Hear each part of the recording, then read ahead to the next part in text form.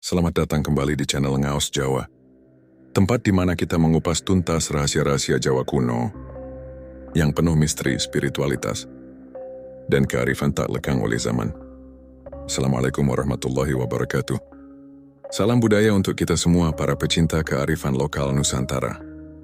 Semoga panjenengan semua selalu diberi kesehatan, keselamatan, dan kelimpahan rizki, amin ya rabbal alamin. Pernahkah panjenengan mendengar bahwa setiap weton memiliki jalan rezeki dan takdir hidup yang berbeda?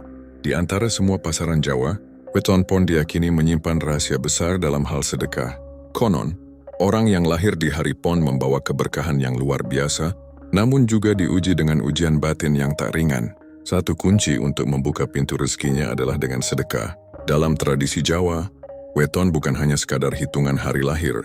Ia adalah pintu rahasia yang menyimpan tanda-tanda watak, jalan hidup hingga rezeki seseorang. Di antara kelima pasaran Jawa Legi, Pahing Pon Wage, dan Kliwon Weton Pon menempati posisi yang unik. Mereka dikenal memiliki jiwa pemberani, tegas dalam sikap, namun seringkali rezekinya naik turun, seperti ombak lautan. Namun ada sebuah rahasia yang diwariskan turun-temurun. Sedekah bagi orang berweton pon bukan hanya amal baik, melainkan kunci gaib untuk menstabilkan hidupnya. Sedekah ibarat pagar yang melindungi, air yang menyuburkan ladang, dan jembatan yang menghubungkan pon dengan kelapangan rezeki. Dalam kisah ini, kita akan mengupas 6 bab rahasia sedekah untuk weton pon mulai dari makna, dampak, hingga hikmah gaib yang menyertainya. Sebelum kita lanjut lebih dalam, saya ingin mengajak panjenengan semua untuk klik tombol subscribe agar kita selalu terhubung dalam perjalanan spiritual ini. Semoga sedulur semua yang menonton hari ini senantiasa diberikan kesehatan lahir dan batin, dijauhkan dari segala bala dan mara bahaya, serta dilimpahkan rezeki yang barokah tanpa putus. Amin ya rabbal alamin. Tulis di kolom komentar dari kota mana panjenengan berasal, biar saya bisa kirimkan doa khusus dari sini untuk sedulur semua. Dan sekarang mari bahas ya, sedekah sebagai penyeimbang energi weton pon. Siap, mari lanjut. Lahirnya weton atau jakapon di desa Kalimukti. Saat fajar masih malu-malu menyentuh genting rumah, seorang ibu menahan napas di ambang pintu. Bayinya keluar menangis lembut, menyejukkan seluruh ruang yang sempat tegang. Mereka menamainya Jaka, namun semua orang di dusun segera menambahkan panggilan penuh hormat. Jaka Pon karena hari kelahirannya bertepatan dengan pasaran pon. Keluarga Jaka bukanlah keluarga kaya. Ayahnya Pak Surya, tukang batu yang tangannya retak oleh terik dan kerja, selalu menaruh harap dalam sifat keras anaknya. Nanti kau akan tegap, Jaka. Hidup kita butuh seseorang yang tak gentar. Ibunya Mbok Siti, yang pandai meracik jamu dan tutur, menatapnya dengan mata lembut. Anak ini membawa aura, kita jaga biar tak menimbulkan badai. Sejak kecil Jaka menunjukkan 2 hal yang membuat orang memperhatikannya. Pertama, ia lahir dengan pembawaan berani, tak takut kegelapan, selalu maju saat lainnya ragu. Kedua, nasibnya seperti layang-layang yang terikat benang tipis. Saat rezeki datang, desa merasakan limpah. Namun belum genap seminggu, angin berubah, dan rezeki itu lenyap seperti embun pagi. Orang tua Jaka sering berkumpul di emper rumah sambil membicarakan primbon, tanda dan petuah lama. Pon itu besar, tapi jangan sampai besar tanpa halus, kata Kiai Anom yang dihormati. Kalau tidak disertai hati yang lapang, besar itu jadi laksana petir menggetarkan namun menghancurkan. Masalah kecil mulai menapaki kehidupan Jaka saat ia beranjak remaja. Tanaman padi di sawah warisan keluarga sering gagal panen pada masa Jaka turun tangan membantu, padahal semula musim baik. Pelanggan Mbok Siti sedikit demi sedikit pindah ke penjual lain, dan di pasar ada bisik-bisik bahwa keluarga Jaka kurang beruntung. Jaka merasakan beban di dadanya. Ia bekerja lebih keras, namun hasilnya tak seimbang dengan usaha. Ketegasan yang menjadi kelebihannya justru sering membuatnya berselisih dengan tetangga. Kata-kata tajamnya memutus peluang kerja sama yang dulu rutin mengalir. Di dalam hati kecilnya tumbuh keraguan. Apakah keberanian ini membawa berkah atau justru ancaman? Sementara itu, di pojok ruang tamu, Mbok Siti menyimpan sebuah topeng kayu kuno warisan. Embahnya topeng yang setiap malam seolah mengingatkan tentang suatu petuah lama. Memberi, bukan menimbun adalah jalan untuk menstabilkan angin nasib. Pada suatu sore ketika hujan rintik turun pelan, desa digemparkan oleh kejadian kecil yang tampak sepele, namun berbuah besar. Seorang pedagang kehilangan sekantung kecil, berisi recehan yang seharusnya dibayar untuk bibit padi. Uang itu ditemukan oleh siapa? Oleh Jaka. Kejadian itu mengundang reaksi beragam. Ada yang memuji kejujurannya. Ada pula yang tanpa sadar mencibir, mengaitkan nasib keluarga Jaka dengan kesialan yang tak kunjung reda. Di sanubari, Jaka merasakan titik perubahan. Ada suara lirih yang menuntunnya mencari arti sedekah, bukan sekadar memberi untuk dilihat, tetapi memberi sebagai tata hati. Namun langkah selanjutnya masih samar. Di depan matanya, kisah hidup keluarga dan dusun menanti jawaban apakah keberanian Jaka akan menjadi berkat yang menahan badai, atau justru memicu badai itu sendiri. Rezeki yang tak pernah bertahan. Masa remaja Jaka pun berlalu seperti arus sungai yang tak pernah tenang. Setelah lulus dari sekolah rakyat di desanya, ia membantu ayahnya menjadi tukang batu. Tenaganya kuat, semangatnya menyala, dan setiap kali ada proyek rumah di desa sebelah, Jaka selalu dipercaya.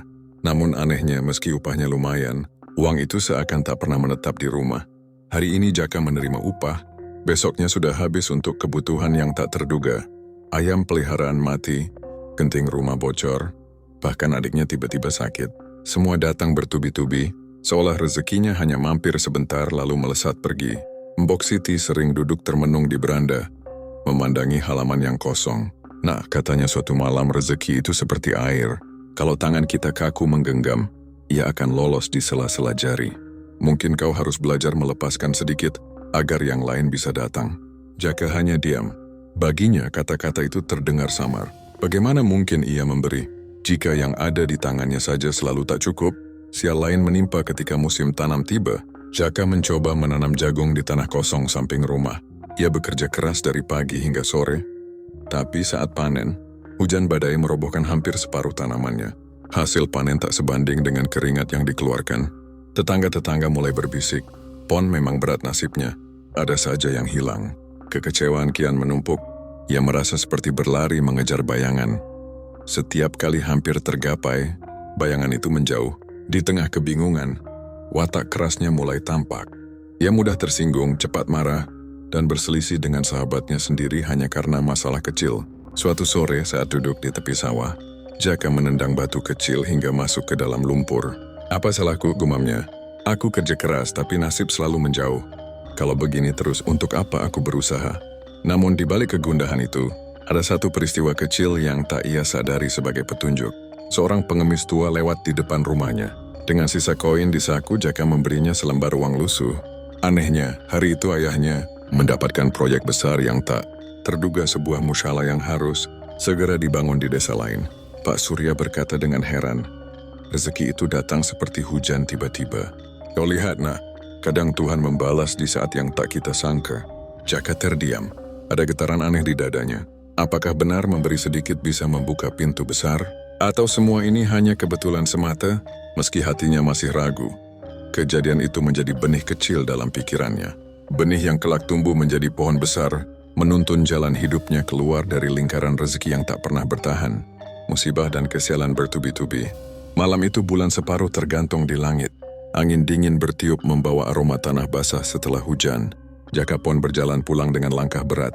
Proyek musyalah yang dikerjakan ayahnya ternyata penuh masalah. Batu bata yang dikirim dari kota banyak yang pecah, bayaran dari pemilik lahan tertunda, sementara hutang untuk membeli material sudah menumpuk. "Pon, kita harus pinjam lagi ke Pak Lurah," kata Pak Surya dengan wajah letih. Kalau tidak, musyalah itu terbengkalai. Jaka mengangguk, meski hatinya teriris. Ia tahu setiap pinjaman hanya akan menambah beban. Benar saja. Beberapa minggu kemudian kabar buruk datang. Pak Lurah menagih hutang, dan rekan kerja ayahnya kabur membawa sebagian uang. Kesialan tak berhenti di situ. Malam Jumat lagi ayam-ayam peliharaan Mbok Siti mati mendadak. Orang desa berbisik-bisik, menyebut keluarga Jaka terkena pagebluk atau kutukan. Beberapa bahkan menyarankan agar keluarga itu melakukan ruatan. Jaka yang mendengar sindiran itu hanya bisa menahan amarah. "Kenapa selalu kita yang dituding?" seru Jaka kepada ibunya. "Aku capek, Bu. Seolah-olah nasib buruk ini hanya milik kita. Padahal aku sudah bekerja siang malam." Mbok Siti hanya menatapnya dengan mata berkaca-kaca. "Nak, mungkin ini bukan sekadar kerja keras. Ada yang harus kau lepaskan agar tanganmu bisa menerima lebih banyak." Jaka tak memahami maksud ibunya. Baginya dunia nyata hanya tentang keringat dan uang. Namun musibah berikutnya membuatnya goyah. Suatu hari adik bungsunya Ratri jatuh sakit keras. Tubuhnya panas, wajahnya pucat, dan tabib desa mengatakan penyakit itu aneh, sulit dijelaskan. Obat-obatan mahal tak juga menyembuhkan.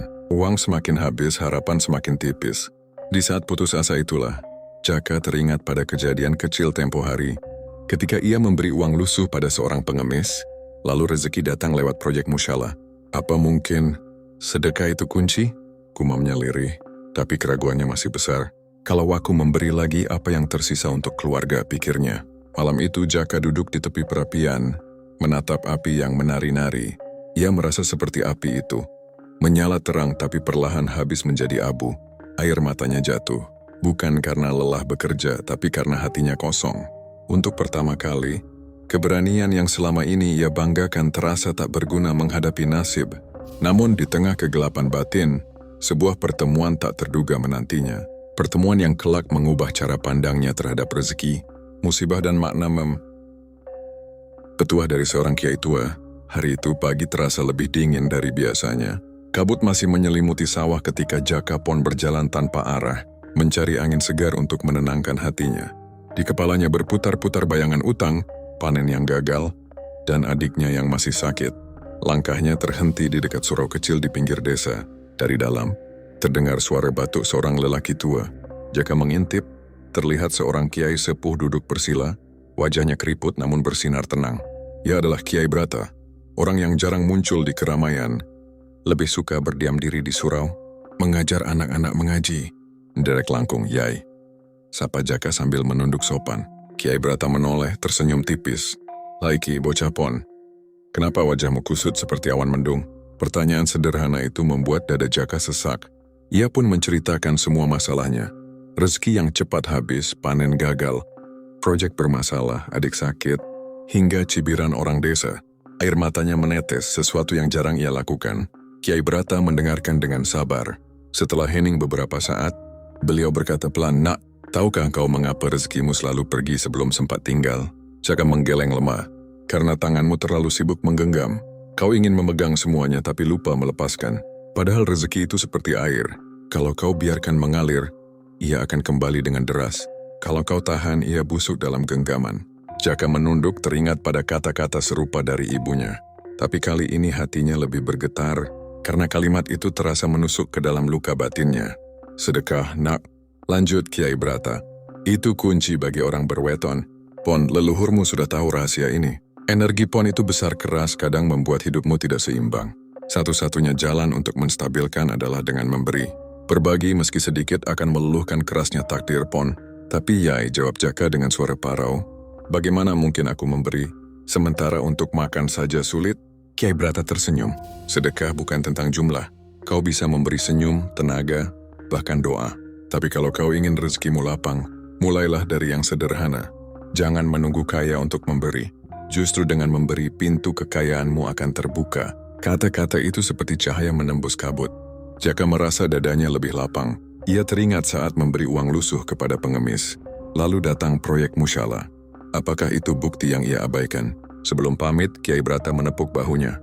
"Ingat nak, setiap sedekah orang Pon ibarat menanam pohon di tanah kering. Sekali kau tabur benih, tanah itu akan basah oleh hujan berkah. Jangan ragu, coba lakukan dan lihat apa yang terjadi." Jaka pulang dengan hati berdebar. Ada semangat baru yang tumbuh. Ia bertekad mencoba petuah itu meski dengan langkah kecil. Di dalam hatinya, muncul doa yang belum pernah ia ucapkan dengan sungguh-sungguh. "Tuhan, bimbinglah aku untuk memberi, meski aku tak punya banyak." Hari itu menjadi titik balik. Namun jalan keajaiban belum terlihat. Ujian berikutnya justru datang untuk menguji ketulusan Jaka dalam melangkah di jalan sedekah. Keajaiban sedekah yang mengubah hidup. Hari-hari berikutnya Jaka Pon mencoba mengamalkan pesan Kiai Brata. Awalnya, ia bingung harus mulai dari mana. Uang di kantongnya pas-pasan, bahkan sering habis sebelum akhir pekan. Namun ia teringat ucapan sang Kiai. Sedekah bukan tentang jumlah, tapi tentang ketulusan. Suatu pagi, Jaka melihat seorang anak kecil menangis di pasar karena kehilangan uang belanja. Tanpa pikir panjang, ia merogoh saku dan memberikan beberapa keping koin. Bukan jumlah besar, hanya cukup untuk membeli sedikit beras. Anak itu tersenyum lega, mengucapkan terima kasih dengan mata berbinar. Anehnya, hari itu Jaka mendapat upah tambahan dari majikan. Karena kerja kerasnya membersihkan, batu lebih cepat dari perkiraan. Apakah ini kebetulan lagi batinnya? Tapi di hatinya ada rasa hangat berbeda dari biasanya. Beberapa hari kemudian, Jaka melakukan hal yang sama. Saat seorang janda tua datang meminta tolong karena genting rumahnya bocor, Jaka dengan sukarela membantu memperbaiki tanpa bayaran. Malamnya, adiknya Ratri yang sudah lama sakit tiba-tiba menunjukkan tanda-tanda membaik. Panasnya mereda, wajahnya tampak segar. Mbok Siti menatap Jaka dengan mata berkaca, seolah berkata, "Lihatlah nak, sedekahmu membawa berkah."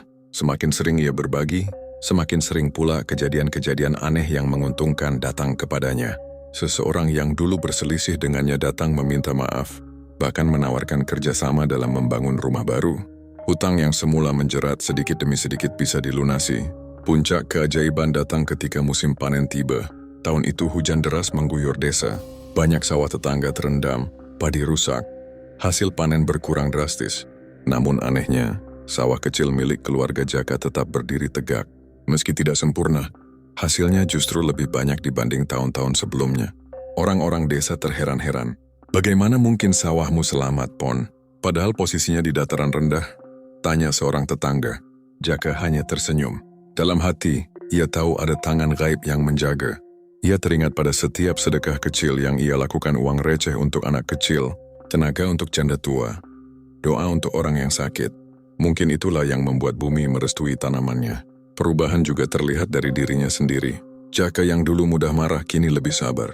Aura kerasnya perlahan melembut, membuat orang-orang lebih nyaman mendekat. Bahkan beberapa tetangga mulai menganggapnya panutan karena ketekunannya dalam bekerja dan kedermawanannya dalam berbagi. Malam itu di bawah sinar bulan purnama, Jaka duduk di beranda rumahnya. Ia menatap sawah yang berkilau di terpa cahaya. Suaranya lirih, tapi penuh syukur. Ternyata benar, Yai. Dengan memberi, aku tak kehilangan. Justru aku mendapat lebih banyak, lebih dari yang bisa dihitung dengan uang. Namun perjalanan Jaka belum selesai. Sedekah telah mengubah hidupnya, tapi rahasia weton, Pon menyimpan satu bab terakhir. Bagaimana ia menjadikan kebiasaan ini sebagai jalan hidup yang mengangkat derajat, bukan hanya bagi dirinya tapi juga desanya. Weton Pon jadi panutan. Seiring berlalunya waktu, kabar tentang perubahan Jaka Pon menyebar ke seluruh desa Kalimukti. Orang-orang yang dulu meremehkan atau mencibir keluarganya, kini justru datang untuk belajar darinya. Mereka heran. Bagaimana mungkin seorang pemuda yang dulu dianggap membawa kesialan justru berubah menjadi cahaya penerang bagi lingkungannya. Perubahan itu nyata. Jaka yang dulu keras kepala kini dikenal bijak. Ia tak lagi mudah marah, malah sering menjadi penengah saat ada perselisihan antar warga. Bahkan, Pak Lurah yang dulu sekadar memandangnya sebagai tukang batu, kini sering memanggilnya untuk memberi masukan dalam rapat desa. Kuncinya sederhana, sedekah. Jaka tak pernah menolak jika ada yang meminta bantuan sekecil apapun. Bila ada tetangga yang kekurangan beras, ia akan menyisihkan sebagian panen. Bila ada anak-anak yang kesulitan belajar, ia rela mengajari mereka di malam hari. Bahkan hasil jerih payahnya kini tak hanya dinikmati keluarga, tapi juga banyak warga desa yang terbantu. Pon ini seperti mata air, kata seorang sesepuh desa. Semakin ia mengalirkan, semakin jernih pula airnya. Keajaiban demi keajaiban terus terjadi. Usahanya sebagai tukang batu berkembang, ia dipercaya mengerjakan proyek-proyek besar. Namun yang membuat orang semakin hormat adalah sikapnya yang tetap rendah hati. Ia selalu mengingat pesan Kiai Brata. Rezeki yang ditahan akan busuk, rezeki yang dibagi akan berlipat. Hari besar datang ketika musyalah yang dulu sempat bermasalah akhirnya rampung. Desa mengadakan selamatan besar-besaran. Banyak orang bersyukur karena tempat ibadah itu bisa berdiri megah, dan mereka tahu Jaka Pon adalah salah satu orang yang paling berjasa. Di tengah keramaian, Kiai Brata menghampirinya. Lelaki tua itu tersenyum sambil berkata, "Nak, kini kau sudah mengerti rahasia wetonmu. Pon bukanlah kutukan, melainkan anugerah besar. Dengan sedekah, energi kerasmu berubah menjadi berkah bagi banyak orang." Jaka menunduk, hatinya penuh syukur. Ia sadar, jalan hidupnya tidak akan mudah tanpa ujian. Tapi kini ia telah menemukan kunci memberi tanpa pamrih. Sejak saat itu, Jaka Pon dikenal bukan hanya sebagai pekerja keras, tapi juga sebagai panutan. Orang-orang desa menyebutnya Pon Sing Murah Hati. Namanya harum bukan karena harta melimpah, melainkan karena kedermawanannya yang tak lekang oleh waktu. Dan benar saja rezekinya tak pernah surut lagi. Selalu ada jalan, selalu ada berkah. Bukan hanya untuk dirinya, tapi untuk seluruh orang di sekitarnya. Kisah Jaka Pon adalah cerminan hidup yang syarat dengan makna. Dari awal ia lahir dengan weton pon, orang-orang sudah memberi cap buruk, keras kepala, penuh ujian, dan sulit hidupnya. Segala cobaan datang silih berganti, mulai dari rezeki seret, masalah yang tiada henti, hingga retaknya hubungan dengan keluarga dan tetangga. Namun takdir bukanlah garis lurus yang tak bisa diubah. Perjalanan Jaka membuktikan bahwa setiap weton, seberat apapun tantangannya, selalu menyimpan kunci keberuntungan. Kunci itu bernama ikhlas dan sedekah. Ketika ia masih tenggelam dalam amarah dan keegoisan, rezekinya lari ke segala arah. Tetapi begitu ia belajar melembutkan hati, mengulurkan tangan kepada sesama, dan merelakan sebagian miliknya untuk orang lain, pintu-pintu rezeki terbuka dengan sendirinya. Pesan moral yang bisa kita petik. Satu weton pon bukan kutukan melainkan anugerah. Energinya yang besar memang bisa berbalik jadi kesialan bila disalahgunakan, tapi bila diarahkan pada kebaikan, ia akan berubah jadi sumber berkah. 2. Sedekah adalah kunci pelipat ganda rezeki. Semakin banyak memberi, semakin banyak pula yang kembali. Tidak harus besar. Bahkan bantuan sekecil senyuman atau sebutir nasi akan membuka jalan keberuntungan.